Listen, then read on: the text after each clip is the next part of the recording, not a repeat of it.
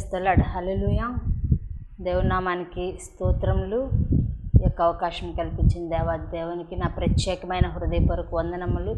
అదేవిధంగా blessing TV channel వారికి కూడా నా ప్రత్యేకమైన హృదయపూర్వక వందనములండి.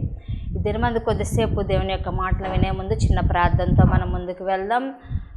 పరిశుద్ధుడా పరమ తండ్రి, మీకు వందనాలు చెల్లిస్తున్నాం. సర్వశక్తిమంతుడా, మీకు ఏమి ఇచ్చినా రుణం తెచ్చుకోలేమయ్యా. ఈ దినమందు అనేకమైన విషయంలో మీరు మాట్లాడతారని మేము నమ్ముచున్నాం. ఎంతమంది అయితే తండ్రి అయ్యా టీవీ ఛానల్ ముందు కూర్చొని ఉన్నారో వారి కొరకు నేను ప్రత్యేకంగా ప్రార్థన చేస్తున్నాను. అయ్యా ఏదైతే ఆశపడి కూర్చొని ఉన్నారో వారి ఆశపడిన ప్రాణాన్ని మీరు తృప్తిపరచండి. మీరే మాట్లాడండి. నిశ్చయంగా నాతో మా అందరితో మీరు మాట్లాడి మహిమ తెచ్చుకోమని అడుగుచు యేసు నామములో ఈ చిన్న ప్రార్థన అడిగి వేడుకొని పొందినాం తండ్రి, ఆమేన్. ప్రియమైన దేవుని పిల్లలారా, మీకా గ్రంథం 6వ అధ్యాయం 8వ వాక్యాన్ని మనం గమనించినట్లయితే, మనుష్యుడా ఏది ఉత్తమమో అది నీకు తెలియజేయబడి ఉన్నది. న్యాయంగా నడుచుకొనుటయు కనికరమును ప్రేమించుటయు దీన మనసు కలిగి నీ దేవుని ఎదుట ప్రవర్తించుటయు ఇంతే కదా యెహోవా నిన్ను అడుగుచున్నాడు. ఇక్కడ మనం గమనించినట్లయితే ఉత్తమమైనది ఏమిటి? ఈరోజు మన యొక్క సబ్జెక్ట్ ఉత్తమమైనది ఏమిటి. మనుష్యుడా ఏది ఉత్తమమో అది నీకు తెలియజేయబడి ఉన్నది. మనం గమనించాలి. దేవుడు చెప్తున్నాడు, మనుష్యుడా ఏది ఉత్తమమో అది నీకు తెలియజేయబడి ఉన్నది. ఏంటి ఉత్తమము అంటే, ఒకటి న్యాయంగా నడుచుకొనుట ఉత్తమము. ఏంటంటే ఒకటి న్యాయంగా నడుచుకొనుట ఉత్తమము. 2 కనికరమును ప్రేమించుట ఉత్తమము. 2 కనికరమును ప్రేమించుట ఉత్తమము. 3 దీన మనసు కలిగి దేవుని ఎదుట ప్రవర్తించుట ఉత్తమము. ఇదే దేవుడు నిన్ను అడుగుచున్నాడు. ఉత్తమమైనది ఏమిటి అని మనము ఒక ప్రశ్నించుకున్నాం. అయితే మనుష్యుడా ఏది ఉత్తమమో అది నీకు తెలియజేయబడి ఉన్నది. ఏది ఉత్తమం? న్యాయంగా నడుచుకునుట ఉత్తమం, కనికరమును ప్రేమించుట ఉత్తమం, దీన మనసు కలిగి దేవుని ఎదుట ప్రవర్తించుట ఉత్తమం. ఇదే దేవుడు నిన్ను అడుగుచున్నాడు. 1 న్యాయంగా నడుచుకునట ఉత్తమము. ఈ విషయాన్ని మనం నేర్చుకుందాం. ఉత్తమమైన వాటిలో 3 విషయాలను మనము నేర్చుకోబోతున్నాం. ఇక్కడ మనం గమనించినట్లయితే 1 న్యాయంగా నడుచుకునట ఉత్తమము. ఎందుకు న్యాయంగా నడుచుకోవాలి? లేవియాకాండం 19వ అధ్యాయం 36వ వాక్యాన్ని చూసినట్లయితే, న్యాయమైన త్రాసులు, న్యాయమైన గుండ్లు, న్యాయమైన తూము, న్యాయమైన వడి మీకు ఉండవలెను. అసలు న్యాయంగా నడుచుకొనుట ఉత్తమం అన్నారు. అసలు న్యాయంగా నడుచుకుంటే ఏంటి? ఎప్పుడు న్యాయంగా నడుచుకున్నట్టు అని మనం గమనించాలి. ఆ తర్వాత ఎందుకు న్యాయంగా నడుచుకోవాలి అనేది గమనించాలి. ఇక్కడ మనం గమనించినట్లయితే న్యాయమైన త్రాసు మనకు ఉండాలంట. 2 న్యాయమైన గుండ్లు మనకు ఉండాలి. 3 న్యాయమైన తూము మనకు ఉండాలి. న్యాయమైన వడి మీకు ఉండవలను. ఇప్పుడు మనం గమనించినట్లయితే న్యాయం, ఇక్కడ మనం గమనిస్తున్నాం. న్యాయం ఏంటి? అసలు చాలామంది త్రూసే తూకంలో అన్యాయం ఉంటుంది. అవును కదండి. కొన్ని కొట్టుకెళ్ళి కొందామంటే ఏం చేస్తారు? సరైన తూకం ఉండదు, త్రాసు కరెక్ట్గా ఉండదు. వాళ్ళు ముందే సెట్ చేసుకుంటారు. ఎందుకని? వచ్చిన ప్రజలకు తక్కువ తోగాలి, వాళ్ళ వైపు వాళ్ళకి మిగిలిపోవాలి అని. ఒకసారి గమనించినట్లయితే ఒక వ్యక్తి చూస్తున్న తూకాన్ని ఇట్లా పట్టుకొని ఏం చేస్తుందంటే, ఇలా పట్టుకొని తన వైపు ఇలా ఉంచేస్తుంది. అంతేకాని కరెక్ట్గా ఉంచట్లా. అమ్ముకునేవారు చాలామంది ఈ విధంగానే చేస్తారు. న్యాయమైన త్రాసు ఎవరికి ఉండదు. ఈ రోజుల్లోని నువ్వు ఎక్కడ పని చేస్తున్నా, న్యాయంగా బ్రతకాలి. నీ యొక్క అధికారులను మోసం చేయకూడదు. నీ యొక్క యజమానులను మోసం చేయకూడదు. నీ యొక్క త్రాసు కరెక్ట్గా ఉండాలి. నీ మాట అవునంటే అవును, కాదంటే కాదన్నట్టు ఉండాలి. అందుకని పరిశుద్ధ గ్రంథంలో ఉంటుంది కదా, నీతిమంతుడు నష్టం కలిగిన మాట తప్పడు, న్యాయం కలిగి నీతి కలిగిన వాడు నష్టం కలిగిన మాట తప్పడు. అంటే మనం గమనించాలి, మాట తప్పని దేవుడు మన దేవుడు. కాబట్టి అటువంటి దేవుణ్ణి ఆరాధిస్తున్న మనం ఏం చేయాలి? న్యాయంగా ఉండాలి. హల్లెలూయా. ప్రియమైన దేవుని పిల్లారా, అంతేకాదు న్యాయమైన గుండ్లు వేసే గుండ్లలో కూడా న్యాయంగా ఉండాలి. కొంతమంది వాటి కింద ఏదో అంటిస్తారు, లేదంటే వాటిని తేలికి పెడతారు, ఇట్లా ఏదేదో చేస్తారు. న్యాయమైన గుండ్లు ఉండాలి. అంతేకాదు న్యాయమైన తూము, న్యాయమైన వడి మనము గమనించాలి. ఇవన్నీ మీకు ఉండవలెను అని లేవియాకాండం 19:36 ఉంది. ఎందుకంటే నేను ఐగుప్తు దేశంలో నుండి మిమ్మల్ని రప్పించిన మీ దేవుడైన యెహోవాను.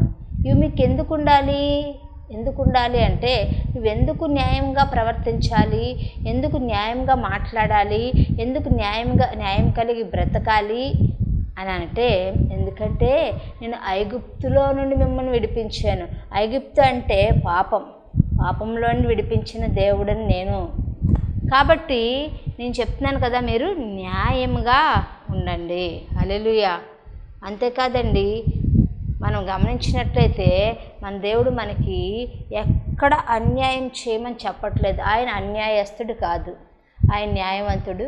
మనల్ని కూడా న్యాయం కలిగి బ్రతకమంటున్నాడు. న్యాయమైన తీర్పు నీకుంటుంది. ఒకానొక రోజు ఆయన వస్తున్నాడు, ఆయన రాకడతో ఆయన వస్తాడు, మనల్ని తీసుకొని వెళ్తాడు. లేదంటే ఆయన రాకడైనా మన పోకడైనా జరిగిన తర్వాత ఆయన రెండవ రాకడతో ఆయన వచ్చినప్పుడు ఆయన మనకి తీర్పు దినం అంటూ ఒకటి ఏర్పాటు చేస్తాడు. ఆ తీర్పు దినాన్ని నువ్వు ఎలా కనపడాలి? ఆయనకి ఎలా కనపడాలండి? న్యాయంగా కనపడాలి. నువ్వు న్యాయంగా కనపడాలంటే అక్కడికి వెళ్ళి న్యాయంగా బ్రతికేద్దాం అనుకుని కాదు. భూమి మీద ఉన్నప్పుడు నువ్వు న్యాయంగా బ్రతకాలి. నీ మాట అన్యాయమైనదిగా ఉండకూడదు, నీ మాట న్యాయమైనదిగా ఉండాలి. కానీ ఈ రోజుల్లోని చాలామంది ఏం చేస్తారంటే, ఇష్టం ఉన్న వారి వైపు న్యాయంగా మాట్లాడతారు, ఇష్టం లేని వారిని అన్యాయంగా పలుకుతారు, అన్యాయంగా మాట్లాడతారు, అన్యాయంగా దూషిస్తారు, అన్యాయంగా అవమానపరుస్తారు. ప్రియమైన దేవుని పిల్లారా, మనం గమనించవలసిన విషయం ఏంటంటే, మనం మన దేవుణ్ణి ఎలా ఉండాలండి? న్యాయముగా మనం ప్రవర్తించాలి. మన ప్రవర్తనలో మన న్యాయంగా మన దేవుణ్ణి ఆరాధించాలి. అలాగే మనం న్యాయవంతులైన పిల్లలము కాబట్టి మన బ్రతుకులో న్యాయం కనబడాలి. న్యాయవంతులైన బిడ్డలము కాబట్టి మనం న్యాయం కలిగి మాట్లాడాలి. మనము ఎలా ఉండాలండి? మనం ఎవరికి అన్యాయస్తులంగా ఉండకూడదు. న్యాయం చేసేవారిని వంతు ఏదైనా సాయం చేయగలిగితే సాయం చేయాలి, కానీ ఎవరికి అన్యాయం చేయకూడదు. హల్లెలూయా. ప్రియమైన దేవుని పిల్లారా, మనం గమనించాలి. అంతేకాదు కనికరమును ప్రేమించుట ఉత్తమము. రెండవదిగా నీకు ఉత్తమమైంది ఏమిటి అని గమనిస్తే, ఒకటి న్యాయమైంది ఉత్తమం, న్యాయంగా నడుచుకుంటూ ఉత్తమం. నీ యొక్క ప్రవర్తన, నీ యొక్క నడకలో న్యాయంగా నడుచుకుంటా ఉత్తమం. అందుకని దానియేలు, షద్రక్, మెషక్, అబేద్నెగోలు న్యాయంగా నడుచుకున్నారు. వారు ఎక్కడైనా బబులోనులోని వాళ్ళు రాజు ప్రతిమకు మొక్కారా? అదేవిధంగా దేవుణ్ణి ప్రార్థించడం మానేరా? లేదు. వాళ్ళకి దాని తర్వాత జరిగే ప్రమాదం తెలుసు, అగ్నిగుండం తెలుసు, అలాగే సింహబోను తెలుసు. అయినప్పటికీ వాళ్ళు ఏం చేశారు? రాజు ప్రచురించాడు, మొక్కకపోతే ఏం చేస్తారు? సింహబోన్లో వేస్తారు. ఏం చేస్తారు? అగ్నిగుండంలో వేస్తారు. అయినా రాజా అని కూడా కాదు, నెబుకద్నెజరు నీకు ప్రత్యుత్తరం ఇవ్వవలనన్నా, నీకు సమాధానం చెప్పవలసిన అన్న చింత మాకు లేదు. కానీ ఏం చేయాలి? మేము న్యాయమైన దేవుణ్ణి ఆరాధిస్తాం. ఈ రోజుల్లోని దేవుడు యేసుక్రీస్తు అని తెలుసు, దేవుడు నిజమైన వాడని తెలుసు, ఆయన ద్వారా పరలోక రాజ్యం వెళ్తామని తెలుసు. కానీ ఈ లోకంలో ఉండే వాటిని ఇంత బొట్టులు పెట్టుకోవాలని, ఇంత అలంకరించుకోవాలని నువ్వు ఏం చేస్తున్నావంటే దేవుణ్ణి దూషిస్తున్నావు, ఎంతో అవమానపరుస్తున్నావు, దేవుణ్ణి నిందిస్తున్నావు, నువ్వు న్యాయంగా నడుచుకోలేకపోతున్నావు. అయితే ఇదిగో షద్రక్ మెషక్ అబేద్నెగోలు చూసారా, వాళ్ళు దేవుని న్యాయమైన దేవుడని నీతి నిజాయితీ కలిగి ఒప్పుకున్నారు కాబట్టి, వాళ్ళు ప్రార్థన చేయడం మానలేదు కాబట్టి వాళ్ళ పైన దేవుడికి అందరిస్తుంది. శ్రమ ఎంతో గొప్పది, ఎంతో పెద్దది వాళ్ళకు వచ్చింది. అయినప్పటికీ దాన్ని తప్పించడానికి సమర్థుడైన యేసయ్యే మాతో ఉన్నాడని చెప్పి వాళ్ళు దేవుని పైన ఆధారపడిపోయారు, దేవుని పైన ఆనుకున్నారు. కాబట్టి వాళ్ళకి ఏమైందంటే గొప్ప శ్రమ కలిగింది. ఆ శ్రమ నుంచి విడిపించడానికి సమర్థుడైన యేసయ్య వాళ్ళ పక్షాన ఉన్నాడు. హల్లెలూయా, హల్లెలూయా. సింహాలు ఏమైనా చేసాయా? అగ్నిగుండం ఏమైనా చేసిందా? ఏమీ చేయలేదు. కారణం ఏంటంటే న్యాయంగా ప్రవర్తించారు. హల్లెలూయా. అంతేకాదు కనికరమును ప్రేమించుట ఉత్తమము. రెండవది ఏంటి ఉత్తమం అంటే కనికరమును ప్రేమించుట ఉత్తమము. ప్రియమైన దేవుని పిల్లారా, సామెతలు 19:17 కనికరమును ప్రేమించుట అనగా వేదలను కనికరించుట, అటువాడు యెహోవాకు అప్పిచ్చువాడు అని ఉంది.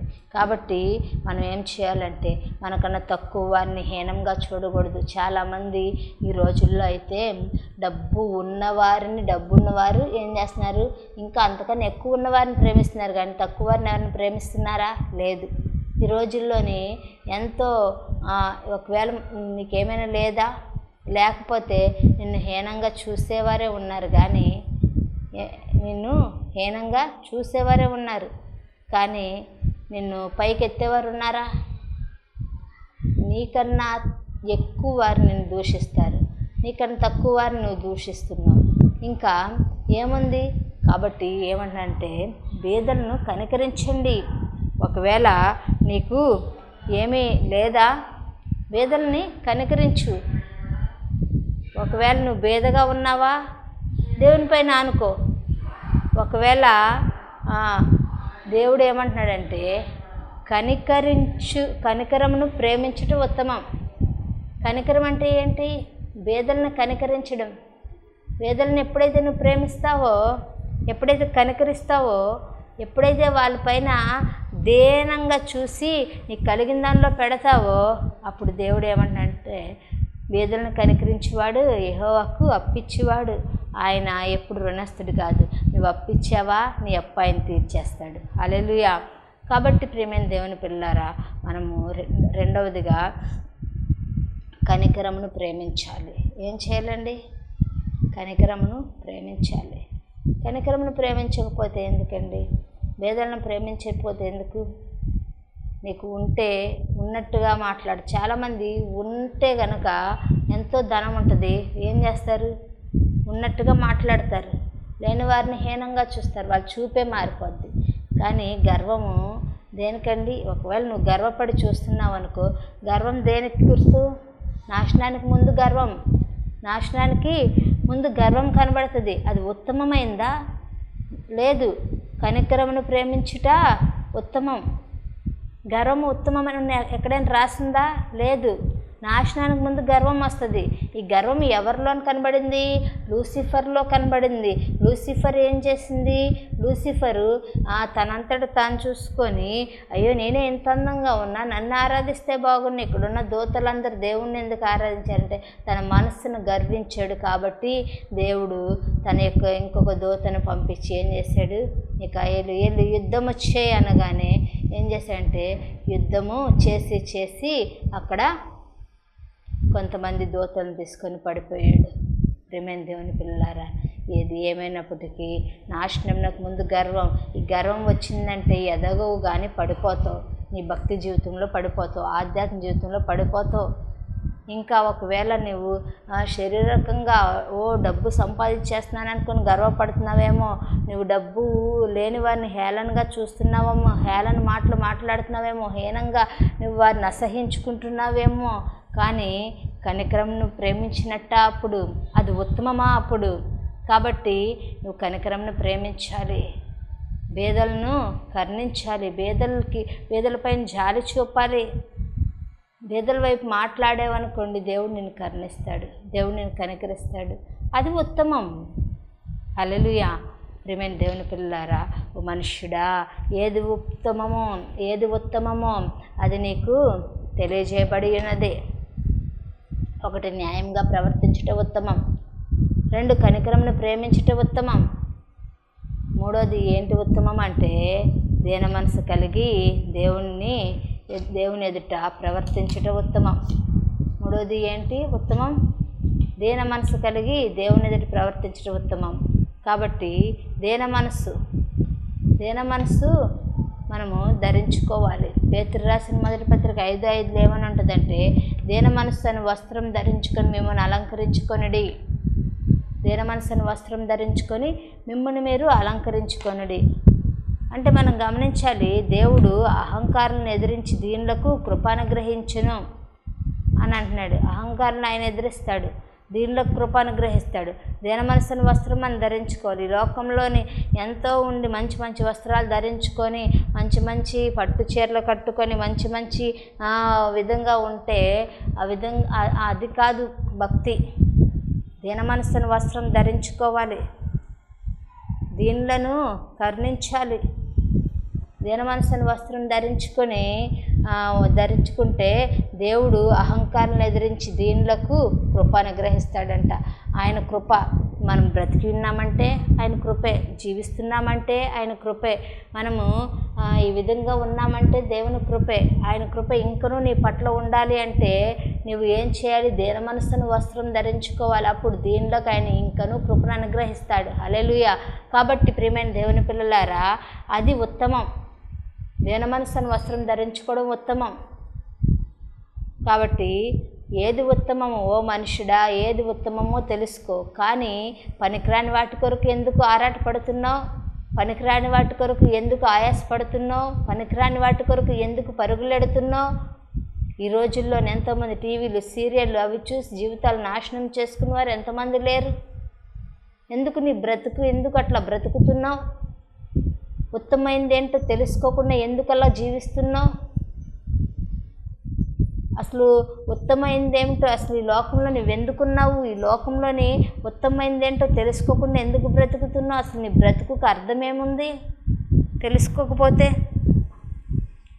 కాబట్టి ప్రియమైన దేవుని పిల్లారా, మనం గమనించాలి ఉత్తమైంది ఏమిటో. ఓ మనుష్యుడా, ఏది ఉత్తమమో తెలుసుకో. మనం గమనించాము, 1 న్యాయంగా నడుచుకుంటూ ఉత్తమం, 2 కనికరంను ప్రేమించటం ఉత్తమం, 3 దీన మనసు కలిగి దేవుని ఎదుట ప్రవర్తించటం ఉత్తమం. ఇదే దేవుడు నిన్ను అడుగుచున్నాడు. దేవుడు నిన్నేమీ అడగట్లేదు. ఆయన నిన్ను ఆస్తులు అడగట్లేదు, ఆయన నిన్ను అంతస్తులు అడగట్లేదు, ఆయన నిన్ను డబ్బు అడగట్లేదు, నీ యొక్క బలాన్ని అడగట్లేదు. అన్నీ ఆయన దగ్గరే గుప్తంలో ఉన్నాయి. అందుకనే దేవుడు సొలొమోనుకి జ్ఞానంనిచ్చాడు. బుద్ధి జ్ఞానములు సర్వ సంపదలు ఆయన యందు గుప్తంలో ఉన్నవి. కాబట్టి సొలొమోను అడగగానే సొలొమోనుకి దేవుడు జ్ఞానం అడుగుతున్నాడు. ఈరోజు దేవుడికి నీకు కనబడి నిన్ను అడిగి నీకేం కావాలని అడిగితే నువ్వేం కోరుకుంటావు? బలం కోరుతావా? బలగాన్ని కోరుతావా? ధనం కోరుతావా? కానీ సొలొమోను అయితే జ్ఞానాన్ని కోరాడు. సంసోనుకి దేవుడు బలమునిచ్చాడు, తన జీవితాన్ని తానే పాడు చేసుకున్నాడు. ప్రియమైన దేవుని పిల్లారా, మనం అడిగింది అడగకముందే ఇస్తాడు, అడిగిన తర్వాత కూడా ఇస్తాడు. అయితే మనం ఏం చేయాలి? ఏది ఉత్తమం? ఉత్తమమైన దాని కొరకు వేగిరపడాలండి. ఉత్తమమైన దాని కొరకు పరిగెత్తాలి. ప్రియమైన దేవుని పిల్లారా, రోమపత్రిక 12వ అధ్యాయంలో రాయబడి ఉంటుంది ఒక మాట. మనము చూసినట్లయితే రోమపత్రిక 12వ అధ్యాయం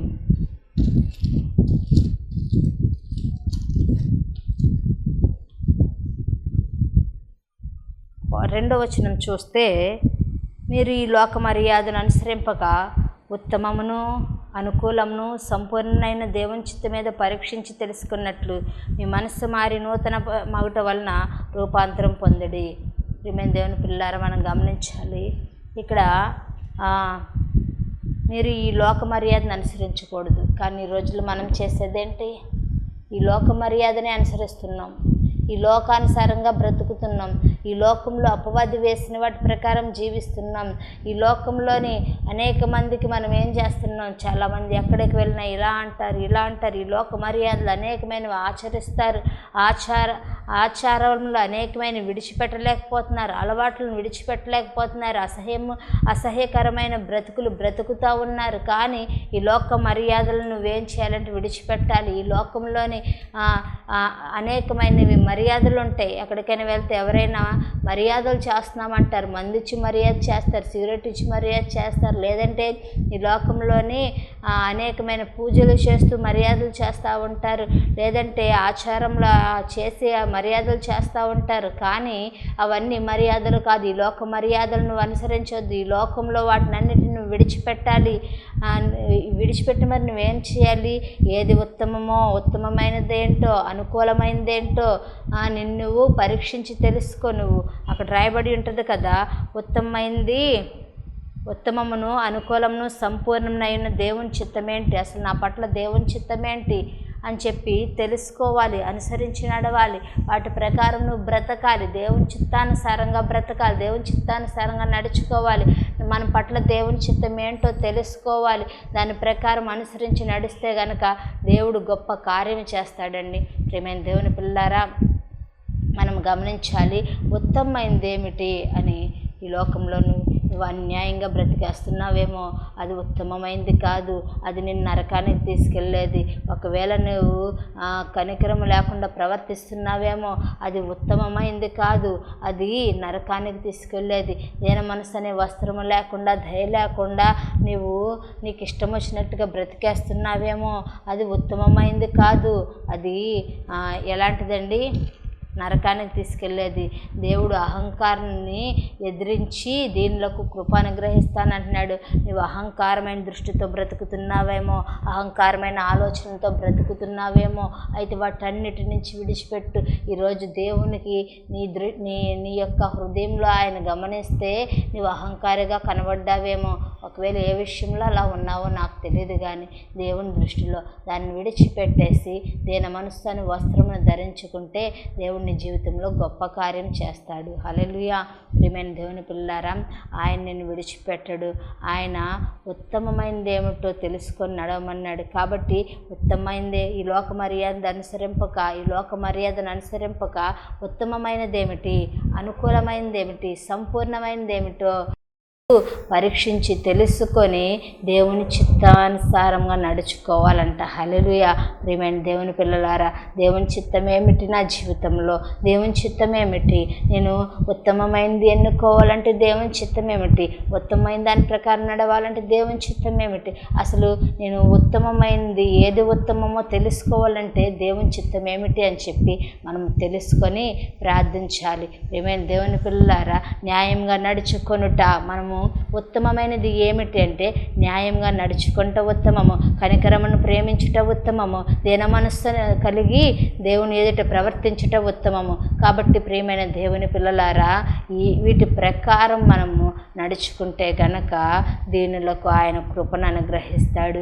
దేవుని కృప కావాలా, దేవుని కృపలో బ్రతకాలనుకుంటున్నావా, దేవుని కృప నీ జీవితంలో నెరవేర్చబడాలనుకుంటున్నావా, అయితే నీ జీవితంలోని దేవుడు ఇప్పుడే ఆయన కృపను నీ పైన ఉంచాలనుకుంటున్నాడు. నువ్వు కళ్ళు మూసుకుంటే నీ కొరకు ప్రార్థన చేద్దాం. పరిశుద్ధుడా మీకు వందనాలు, గొప్ప దేవుడా మీకు వందనాలు, సర్వశక్తిమంతుడా మీకు వందనాలు. ఏది ఏమైనా మీరు విడిచిపెట్టొద్దు అయ్యా. ఈ దినమందు అయ్యా ఎంతమంది అయితే తండ్రి ఈ యొక్క టీవీ ముందు కూర్చొని అయ్యా వాక్యంను విన్నారో, ఉత్తమమైనది ఏమిటో నడుచుకోవాలనుకుంటున్నారో, తెలుసుకోవాలనుకుంటున్నారో, అయ్యా న్యాయంగా ప్రవర్తించటం ఉత్తమమని, అయ్యా ఎవరి జీవితంలో అన్యాయంగా నడుచుకుంటున్నారో అయ్యా దయతో క్షమించండి, అన్యాయం నుంచి విడిపించండి. అంతేకాదు కనికరంను ప్రేమించటం ఉత్తమం అన్నావు అయ్యా. బేదలను అయ్యా కరుణించుట, కనికరించుట ఉత్తమం అన్నావు కదా. నిజంగా ఆ విధంగా తండ్రి ఉత్తమమైన దాని ప్రకారం బేదలను కరుణిస్తూ, కనికరిస్తూ, ఎవరి జీవితంలో అహంకార దృష్టి లేక ప్రభువా అయ్యా మీరు మాత్రమే తండ్రి అయ్యా నిలపమని అడుగుచున్నాం, అదే ఉత్తమం అన్నావు. అంతేకాదు కానీ ప్రభు దీన మనసు కలిగి తండ్రి అయ్యా ఎవరైతే తండ్రి దీనత్వం కలిగి దీన మనసును వస్త్రం ధరించుకుంటారో వారిపైన తండ్రి అయ్యా కృపను దీనిలకు కృపనిస్తానన్నావు కదా, అహంకారాన్ని అణచివేస్తా అన్నావు కదా ప్రభు, దీనిలకు కృపనిస్తానన్నావు కదా. ఎంతమంది అయితే ఈ దినమందు ప్రభు నిశ్చయంగా అడుగుచున్నారో ప్రతి ఒక్కరి జీవితంలో తండ్రి ఉత్తమమైనది ఏమిటో తెలుసుకొని నడుచుకుంటూ కృప చూపమని అడుగుచున్నాము తండ్రి. అయ్యా ప్రతి ఒక్కరి జీవితంలో అద్భుత కార్యం చేయండి అయ్యా. ఉత్తమమైన తండ్రి పరలోక రాజ్యం కొరకు వేగిరపాటు దయచేయండి ప్రభు.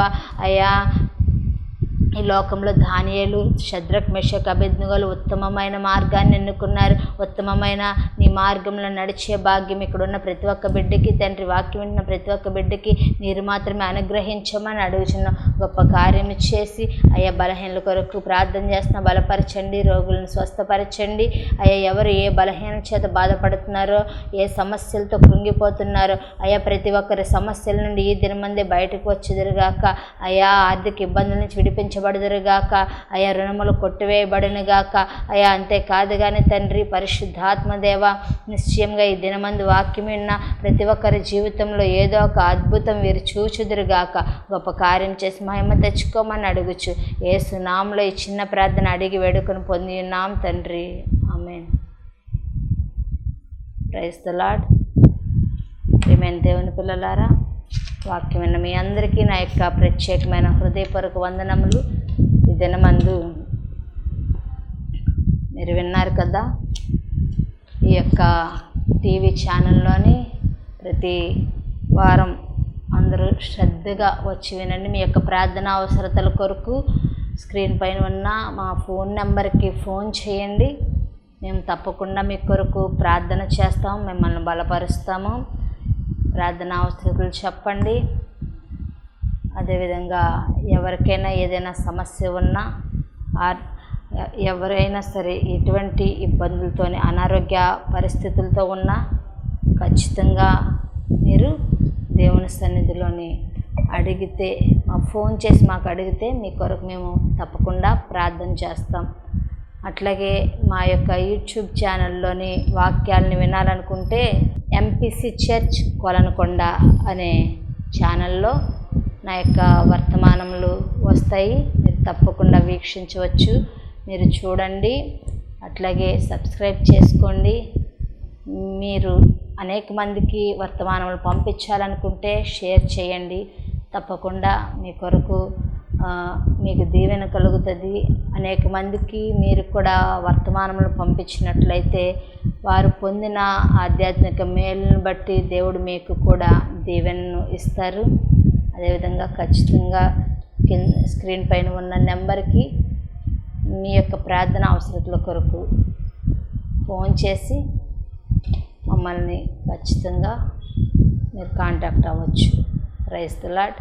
అందరికీ వందనాలు. Thank you.